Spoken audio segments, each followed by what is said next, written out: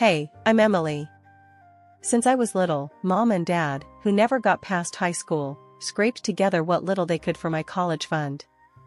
They worked their butts off, believing education was my ticket to a better life. I busted my tail in high school, also I wouldn't let their sacrifices go to waste. When I got my acceptance letter to study investment management at one of the top colleges, we all cried tears of joy. My college days were hectic, but exciting.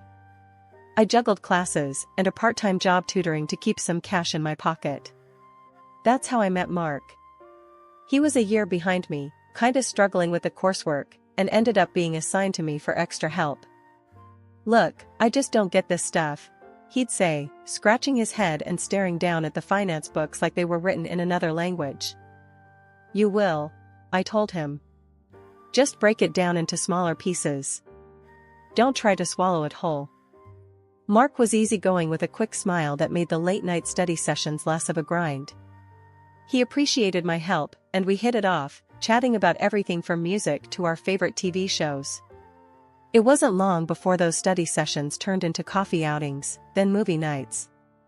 One night, we were both at a college party, laughing over cups of cheap beer. "You know, Em, I've always wondered why someone as smart as you hangs out with a dunce like me," he joked, nudging me with his elbow. "Guess I have a thing for lost causes," I shot back, elbowing him right back. We both laughed, and something about that night felt different.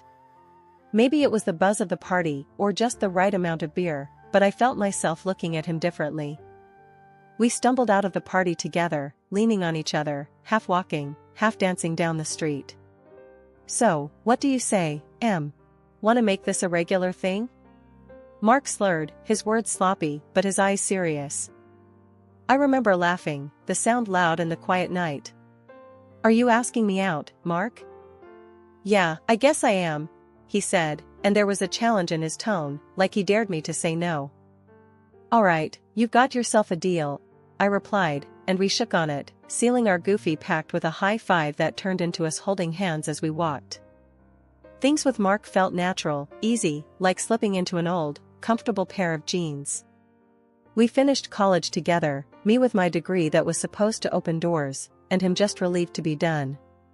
Our relationship wasn't just built on love, it was built on a deep friendship, the kind you don't find every day. After we tied the knot, things kicked off pretty well for me career-wise. I landed a killer job right out of college, thanks to my knack for numbers and a bit of hustle. The pay was good, the benefits even better. Mark, though, wasn't having the same luck. He bounced around job interviews like a pinball, each time coming home a bit more deflated than the last. One evening, I came home late to find him slouched on the couch, staring blankly at some job postings on his laptop. "Any luck today?" I asked, dropping my bag and kicking off my shoes. He glanced up, a forced smile not quite reaching his eyes. "Nah, same old, same old. I guess I'm too stupid." "Hey, don't talk like that. You're just in a rough patch." I squeezed his hand, trying to transfer some of my optimism to him. "Look, why don't you take a break from this? Let's go grab a bite. My treat." Mark closed his laptop with a sigh. "Sure, why not? Not like I've got interviews lining up or anything." We ended up at a small diner around the corner, a place we frequented when we first moved in together. As we slid into our usual booth, Mark's mood seemed to lift a bit. The waitress, a middle-aged woman with a no-nonsense attitude, came over to take our order. "The usual for you too?"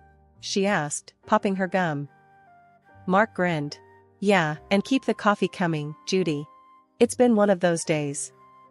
"Coming right up, hun," she shot back with a wink.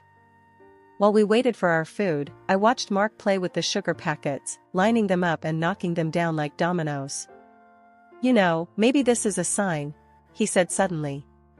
"Maybe I'm not cut out for these corporate gigs. Maybe I should think outside the box." I leaned in, curious. "Like what?" "I don't know, something hands-on, something real. Not just shuffling papers and pleasing bosses." "You'd be great at that," I said, meaning every word. "You're good with people, Mark. Maybe something in sales?" Mark chuckled, his eyes lighting up a bit. That might be a good idea. The conversation drifted as our food arrived, but I could tell something had sparked in Mark. For the first time in months, he seemed to consider the possibilities rather than dwell on the failures. It took a good while, but finally, he snagged a position. Not the dream job by any stretch, and the paycheck? Well, it was nearly half of what I was pulling in. I didn't mind the disparity, I was just glad he found something. But Mark, he took it hard. You could see it ate at him, being the one who brought less to the table. I just never thought I'd be the one being supported, he admitted one night, his voice low, almost drowned out by the hum of the microwave in our tiny kitchen. Hey, it's us against the bills, not you against me. I tried to reassure him, passing him a beer. We're a team, right? Yeah, a team, he echoed, but his half-smile didn't reach his eyes. Over time, though, he seemed to get used to the setup. The weight of paying rent, groceries, and everything in between fell on my shoulders, and I handled it without a fuss. I even splurged on him now and then, fancy gadgets, the kind of clothes he wouldn't buy for himself. Mark got cozy with this arrangement, real cozy. Started pointing out stuff in stores, saying, "Hey, that would look great on me, huh?" I laughed it off, clouded by love, thinking this was just playful banter between us. My colleagues at work saw it differently. "He's getting a bit too comfortable, don't you think?" they'd hint after I shared stories over lunch. I shrugged off their concerns, figuring they just didn't see the full picture of our marriage. "He's been through a rough patch, it's my turn to spoil him a bit," I'd defend him, keeping my tone light. Just when I thought we had our lives on a steady track, the unexpected whacked us upside the head. The investment firm where I was making waves suddenly crashed, bankrupt, out of the blue. I came home that day, my head spinning, papers from HR, clutched in my shaky hands. "Mark, you won't believe what happened," I said as soon as I walked through the door. I was met with the sight of him on the sofa, gaming controller in hand, mid-game. He paused his game and looked up, brows knitted. "What's up, babe?" "The company, they're done. Bankrupt. I'm jobless." He sat up straighter, the seriousness of the situation cutting through the usual homecoming chit-chat. "What? But you were just talking about a promotion last week." "Yeah, well, so much for that." I tossed the papers on the coffee table, a mix of severance info and legal jargon. "Everything's gone to hell, just like that." Mark set his controller down and came over to me, his expression a mix of concern and disbelief. "Emily, that's crazy. What are you gonna do?" I sank into the couch, the weight of the news anchoring me down. "I don't know. I need to start looking, I guess. But who's gonna hire someone from a tanked firm? It's like I've got the plague now." He rubbed my back, trying to be the rock I needed then. "You'll find something. You're brilliant. Any company would be lucky to have you." But weeks turned into months, and every interview ended with some version of "we'll be in touch," which really meant "don't hold your breath." The rejections piled up, slamming me with doubt and worry. One evening, after yet another "thanks, but no thanks," I vented to Mark over dinner. "It's like I'm toxic, Mark.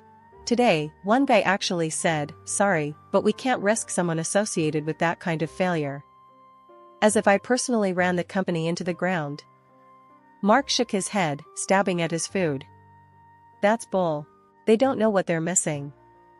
"Yeah, well, apparently they think they're dodging a bullet," I muttered, pushing my own food around my plate.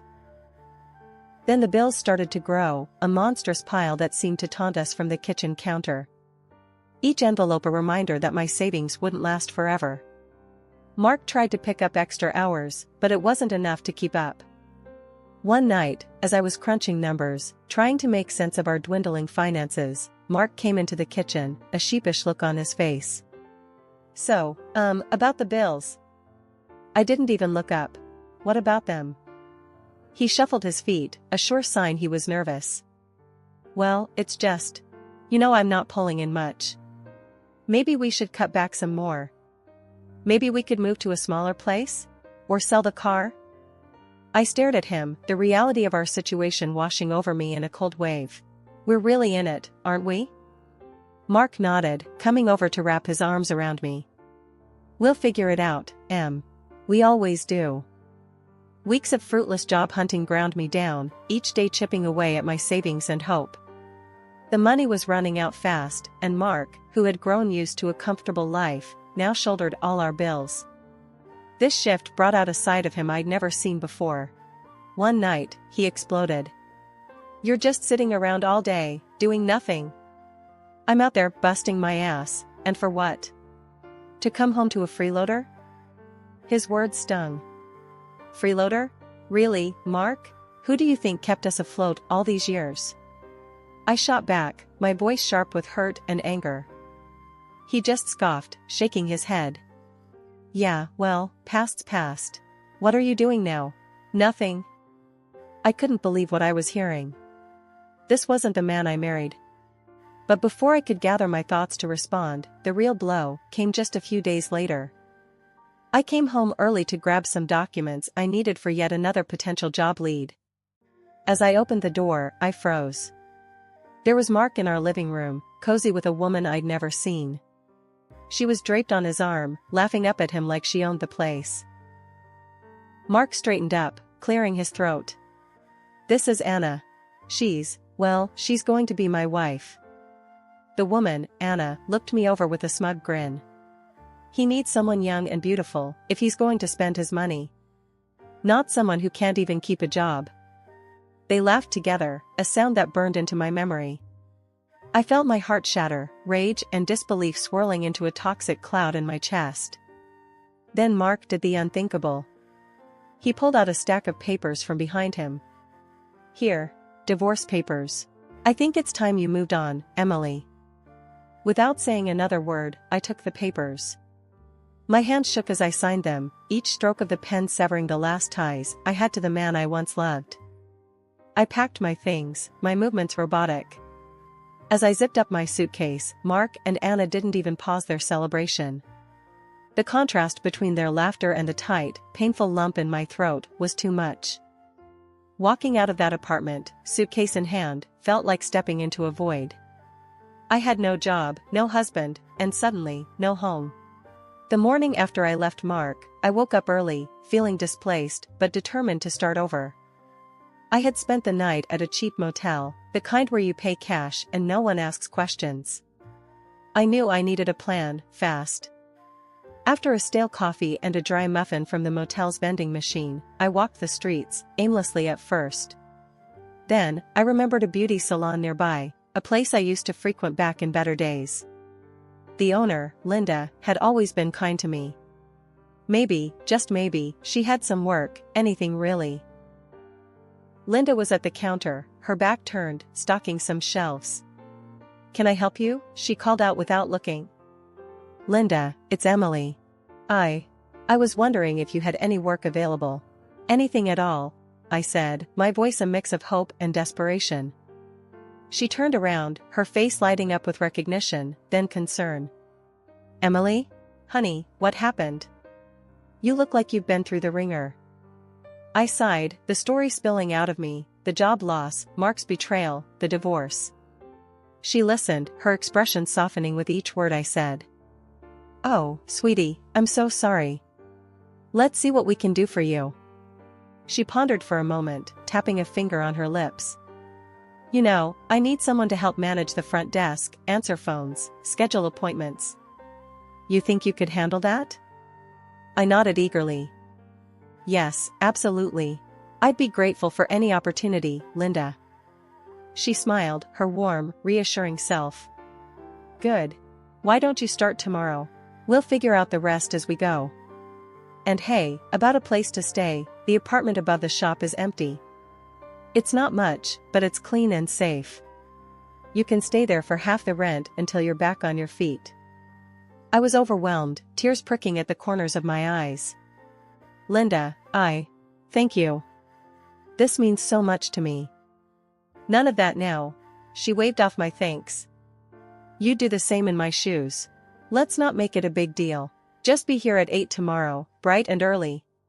The next few weeks were a blur of learning and adjusting. Linda showed me the ropes, and I picked up the nuances of the beauty industry quicker than I thought. It was like I was slowly piecing myself back together, finding a new purpose in a place I hadn't expected. Mark and my old life seemed like a distant memory, a bad dream that had loosened its grip on me. I worked hard, stayed late when needed, and slowly, I began to feel whole again. But it wasn't just about surviving anymore, I was starting to thrive. Linda noticed too. "Emily, you've really turned this place around," she said one evening as we were closing up. "I'm thinking about expanding, opening another location. What do you think about running this one for me if I do?" The offer took my breath away. "Really? Linda, are you serious?" "As a heart attack," she chuckled. "Think it over. No rush." As I walked up to my little apartment above the shop, I realized that this, right here, was my fresh start. My chance to rebuild not just my career, but my life. Running the beauty salon started to feel like second nature. Every day, I put in all I had, and Linda noticed. One morning, as we were gearing up for another busy day, she came in with her usual spark. "Morning, Em. How's our little empire doing?" Linda grinned, checking the schedule packed with appointments. "Booming," I replied, flipping through the day's bookings. "We might even need to think about hiring more hands soon." "That's what I like to hear," she said, clapping her hands with excitement. "Actually, that's kinda what I wanted to talk to you about today." "Oh? What's up?" I asked, curious about the tone in her voice. Linda motioned towards her office. "Let's step into my lair, for a sec." Once we were settled behind closed doors, Linda leaned forward, all business. "Look, Em, you've made this place shine. I've been thinking a lot about how we can grow, not just here, but really expand our reach." I felt a mix of nerves and excitement. "Are you talking about opening another location?" "Not just another salon, Em. I'm talking big. I'm planning a whole network of salons, and I want you in on it, not just as a manager, but as a co-owner. We'd split everything 50-50. Her words hit me like a wave. "Co-owner?" I echoed, the weight of the offer sinking in. "Yes," Linda nodded firmly. "I've seen what you can do, and I trust you. You're ready for this, and I want us to tackle it as partners. What do you say?"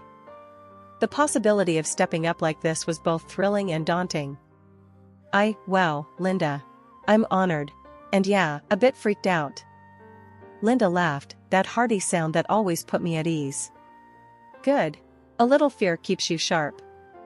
Think about it, but I'm serious. We could make a real go of this." We hashed out some preliminary ideas right there, brainstorming into the afternoon. The thought of co-owning a business was huge, but with Linda by my side, it felt possible. The next few weeks, I dove into preparations. Hiring, training new staff, and overseeing the salon operations became part of a larger plan. Our clients noticed the positive changes, and the buzz was infectious. Linda and I spent evenings at a local cafe, laptops open, plans sprawling across the table. We talked leases, decor, branding, every detail of our expansion. Finally, the day came to announce our plans to the staff. Everyone gathered around, excited and a bit anxious about the future. "Ladies and gentlemen," Linda started, her voice brimming with pride, "thanks to your hard work, and especially Emily's leadership, we're expanding. And Emily here isn't just going to be your boss. She's going to be my partner in this venture. We're in this together." The team cheered, and I felt a swell of pride and determination. This was my shot, our shot, to build something lasting. It had been 7 years since the divorce, and life had moved on. I was in one of my salons, chatting with Mrs. Peterson, an elderly client who loved getting her hair done here every month. We were laughing about something trivial when the door swung open, and there he was, my ex-husband, Mark, with Anna, the same woman he had left me for. I stiffened, but before I could say a word, Mark burst out laughing, loud enough for everyone in the salon to hear. "Look at this, Emily has become just a simple hairdresser. What a waste of all that fancy education." Anna chimed in, her voice dripping with disdain. "Yeah, what a total loser. Guess the high-flying job didn't work out, huh?" The room fell silent, the air thick with tension. I felt every eye in the place on me, waiting to see how I'd respond. But before I could gather my thoughts, Mrs. Peterson stood up from her chair, her cape still draped around her. She pointed a manicured finger at them, her voice sharp as attack. "You two ought to shut your mouths. This woman here," she waved her hand at me, "owns not only this salon but a whole chain of them. She was just named one of the most successful young entrepreneurs in the country." Mark's laughter died in his throat. He looked like he'd been slapped. Anna's face went from mocking to shocked in an instant. "And another thing," Mrs. Peterson continued, her eyes narrowing, "I live next door to you clowns. Mark, you're hardly ever sober, and you get fired from your job so often it's a wonder you have any work at all." Mark's face turned beet red, from embarrassment or anger, I couldn't tell. He grabbed Anna's arm, muttering something under his breath about leaving. As they headed towards the door, Anna suddenly whirled around and stormed back in, Mark trailing helplessly behind her. "I want my hair done here, and I want you to do it, Emily," Anna declared, standing defiantly in the middle of the salon. Her voice was loud, her tone brazen, as if challenging me directly. I raised an eyebrow, taking in her audacious demand. "Sure, I can do that. It'll be $250 for a cut and style with me." Her confidence wavered, her eyes widening at the quote. "What? I'm not going to spend a quarter of my salary on some hairstyle." Mark, looking defeated and embarrassed, tried to pull her away again. "Come on, Anna, let's just go." They left for good this time, with Anna still muttering under her breath about the prices. I watched through the window as they got into an old car that looked like it had seen better days. As the days turned into weeks, the incident with Mark became just another story that added to the rich tapestry of my life's unexpected turns. The salons were thriving, and with each passing day, I found more reasons to look forward with optimism rather than backward with any regret. One crisp morning, while I was arranging the new line of organic hair care products on the shelves, Linda strolled in, her eyes bright with what I knew was another big idea. "I've been thinking about how we can expand our brand. What do you think about starting a training academy right here in the salon? We could teach the next generation of stylists, pass on what we've learned." I paused, considering the idea. It was bold, like most of Linda's ideas, but it made sense. "That sounds amazing. We've got the space, and it could really set us apart from the competition," I replied, my mind already racing with the possibilities. "Exactly my thought." Linda clapped her hands, her enthusiasm infectious. "And I want you to lead this project, Em. You've got the knack for this, and I trust your judgment completely." The idea of leading such a significant new venture was both thrilling and daunting, but I felt ready for the challenge. "I'd love to, Linda. Really, it means a lot that you trust me with this." We spent the next few hours sketching out what the academy could look like, discussing everything from curriculum to licensing. As we talked, I realized how far I had come, from feeling defeated and alone to charting the future of a business I co-owned. Later that day, as I was tidying up after a busy afternoon, one of our regular clients, Mrs. Harper, approached me. She had been coming to the salon since we opened this location and had always shown an interest in the business side of things. "Emily, I've been hearing great things about what you're planning," she began, her tone earnest. "You know, my granddaughter is finishing school soon, and she's got a real passion for beauty. Maybe she could join your academy?" "That would be wonderful, Mrs. Harper," I said, genuinely pleased. "We'd be honored to help her start her journey. Once we get everything set up, let's make sure she's one of the first students." Mrs. Harper beamed. "Thank you, Emily. It's young women like you who inspire her. She talks about how you turned things around and made a success of yourself." Hearing that filled me with a warm glow of pride and a sense of responsibility. "We try to inspire where we can," I replied with a smile. That evening, as I locked up the salon, I thought about the future. There was so much potential, so much yet to achieve. The road hadn't been easy, but every challenge had strengthened me, every setback had taught me something valuable.